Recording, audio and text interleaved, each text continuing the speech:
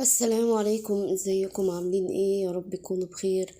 ورجعت لكم النهاردة بوصفة من ايطاليا، وهي البيتزا الايطالي بكل تفاصيلها واسرارها. تابعوا معايا الفيديو للنهاية عشان فيه اسرار كتير وتفاصيل كتير آه، هتوصلكوا لطعم البيتزا الايطالي بس في البيت. هندخل في الوصفة على طول. هنجيب بولة كبيرة وهنحط فيها 500 ملي مية دافية، وهننزل عليها مباشرة بمعلقتين من الخميرة الفورية، وبعدين هنجيب معلقتين من العسل. ينفع نستخدم السكر؟ ينفع نستخدم السكر، ممكن نستبدل معلقتين العسل بمعلقتين سكر. هنقلب الخليط كله كويس مع بعض. والوصفة بتاعتنا دي احنا بنحتاج فيها تقريبا كيلو من الدقيق اللي هو المتعدد الاستخدامات. بس احنا هنستخدم نص الكمية في الأول، وبعدين هنستخدم النص التاني تدريجي لحد ما نوصل للنتيجة اللي احنا عايزينها. أنا دلوقتي نزلت 500 جرام من الدقيق مباشرة. هنزل بالكمية كلها وهقلب الخليط ده كله مع بعض لحد ما السوائل تمتزج كويس مع الدقيق بتاعنا.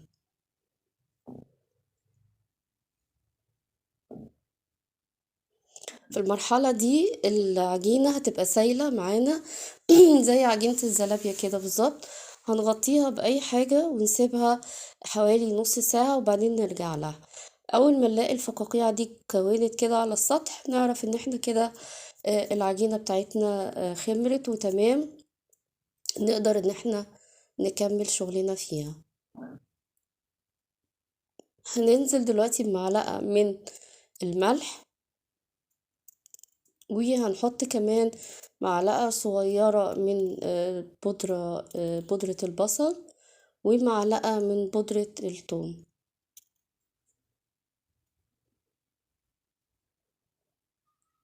وبعدين هنشتغل في العجينة زي ما قلنا تدريجيا كده. الدقيق هننزله شوية شوية يعني. احنا عايزين عجينة شوية بتلزق، يعني مش عايزينها عجينة يابسة. هننزل بدقيق شوية ونقلب الخليط مع بعضه، وبعدين نرجع نشوف محتاجين ننزل بقد ايه.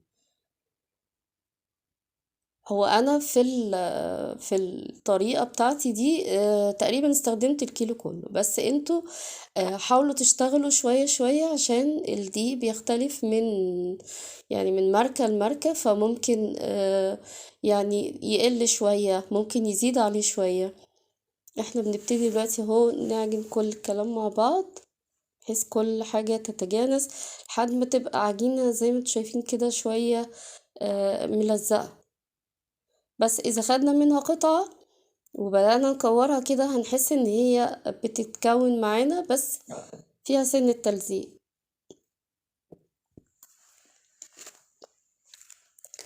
بعدين على اي سطح نبتدي نشتغل فيها كده تقريبا مثلا ايه من 7 دقايق ل10 دقايق نعجن فيها كويس، وننزل عليها بمعلقتين او 3 من زيت الزيتون، ونمزجها مع بعض كده تاني ونقلب كويس لحد ما الزيت يتداخل مع العجينة. العجينة طرية بس شوية نحس ان هي يعني فيها سنة صغيرة من التلزيق، وده المطلوب. في الحتة دي بنحس ان احنا تمام العجينة كده لا محتاجة دقيق مننا تاني ولا محتاجة اي حاجة. هنعجنها تاني كده كويس لحد ما نحس ان العجينة اتشربت معانا الزيت. بس هنلم العجينة بتاعتنا وهنغطيها بشوية من الزيت وهنسيبها ترتاح شوية، يعني 10 دقايق بس كده. والسطح اللي احنا هنشكل عليه او هنقسم عليه البيتزا بتاعتنا برضو نغطيه بالزيت. ما كانش ممكن ان احنا نستعمل ورق الزبدة، بحيث ان احنا نحط عليه عشان هي العجينة يبقى شوية فيها سن التلزيق.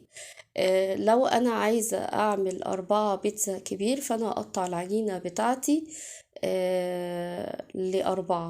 لو هعملها وسط، هقطعها ل6. يعني تقريبا وزن القطعة الواحدة هيبقى حوالي 300 ل 305 جرام.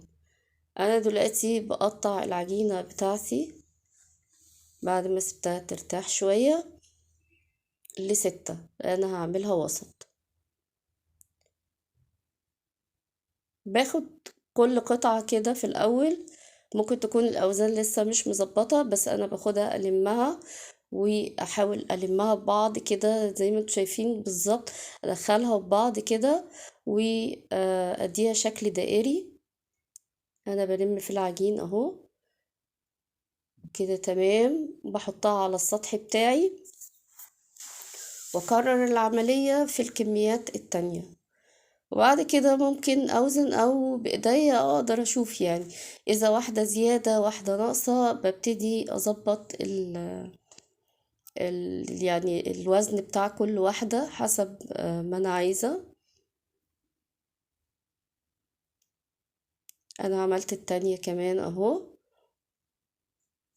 بشكل الكمية كلها بالمنظر ده، وبعدين بغطيهم بأي حاجة عندي واسيبها ترتاح شوية، ممكن ربع ساعة، نص ساعة. هي عامة معروف عجينة البيتزا الإيطالي كل ما تثابت شوية كل ما كانت النتيجة بتاعتها أفضل. بس إذا مستعجلين فإحنا بنستعمل يعني بنشتغل فيها بعد ربع ساعة أو نص ساعة بالكتير. أنا ظبطت ميزان كل قطعة اهو دلوقتي، فتقريبا الوسط ادتني حوالي 305 جرام، 6 قطع بالظبط او 6 بيتزات هيطلعوا. ده من كيلو دقيق. تمام. وكده غطيناها وسبناها ترتاح يمكن ربع ساعة أو نص ساعة زي ما قلنا بالكتير، على ما نجهز الحشوة بتاعة البيتزا. أنا هعملها بالفراخ، ففي طاسة هنزل بشوية من الزيت وهحط الفراخ بتاعتي أنزل فيها على طول واديها تشويحة كده على النار. البهارات اللي هستعملها مش كتير علشان انا عندي نكهات كتير محطوطة، فمش عايزة الفراخ طعمها يضيع وسط النكهات. انا حطيت ملح وفلفل واورجانو، فهقلب كويس الفراخ لحد ما تتشوح بالمنظر اللي انتوا شايفينه، خدت لون كده شوية. هي يعني بالكتير قوي 10 دقايق وخلاص نزلها من على النار. هجهز بقى الصوص بتاع البيتزا، هنزل بيه برضو شوية من الزيت وعليهم فصين من الثوم مهروسين زي ما احنا شايفين كده، وهنشوحهم شوية بحيث ياخدوا اللون الذهبي. وبعدين هنزل بالصلصة بتاعتي. لو عندي طماطم فريش اقدر ان انا اسبكها والوقت معايا تمام اوكي. بس انا استعملت على طول صلصة وقلبتها كويس مع الثوم، وهنزل عليها بالريحان وشوية ملح وفلفل وشوية من الزعتر الأخضر. وكده هتبقى الصوص بتاع البيتزا عندي جاهز. هقلب كل المكونات مع بعض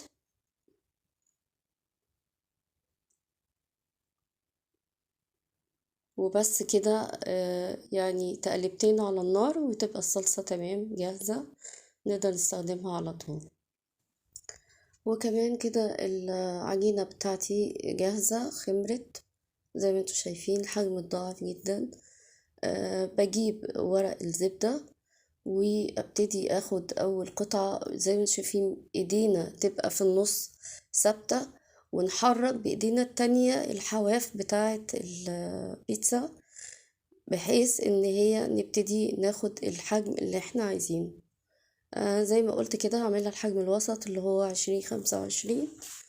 فبحرك، وبعد كده باخد ورقة الزبدة على الصاج اللي انا هسوي فيه، وافرد البيتزا بتاعتي تمام. وبعدين بالشوكة كده اعمل فيها فتحات صغيرة، وهاجي بالصلصة بتاعة البيتزا وانزل بيها، اوزعها على البيتزا بالكمية اللي حسب التست اللي انا بحبه، يعني زيادة اقل ده بترجع ليكم انتم.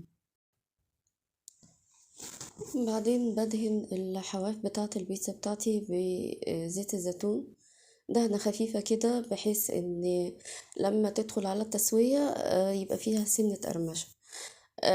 بعد كده بحط الفراخ بتاعتي برضو بالكمية المناسبة معاكم، حسب ما انتوا بتحبوا، كتير اقل.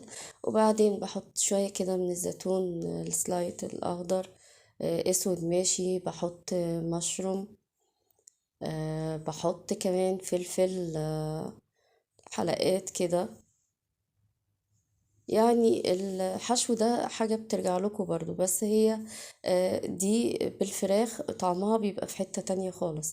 بننزل كمان عليها بالموتزاريلا والأورجانو، رشة كده خفيفة على البيتزا وعلى الأطراف كمان، وندخلها على نار متوسطة، شعلة من تحت، لمدة من 10 ل 12 دقيقة بالظبط. البيتزا بتطلع عندنا بالشكل اللي انتوا شايفينه ده. طعم مش عايزة اقول لكم، الطعم حكاية، والقوام وكل حاجة فيها مظبوطة جدا.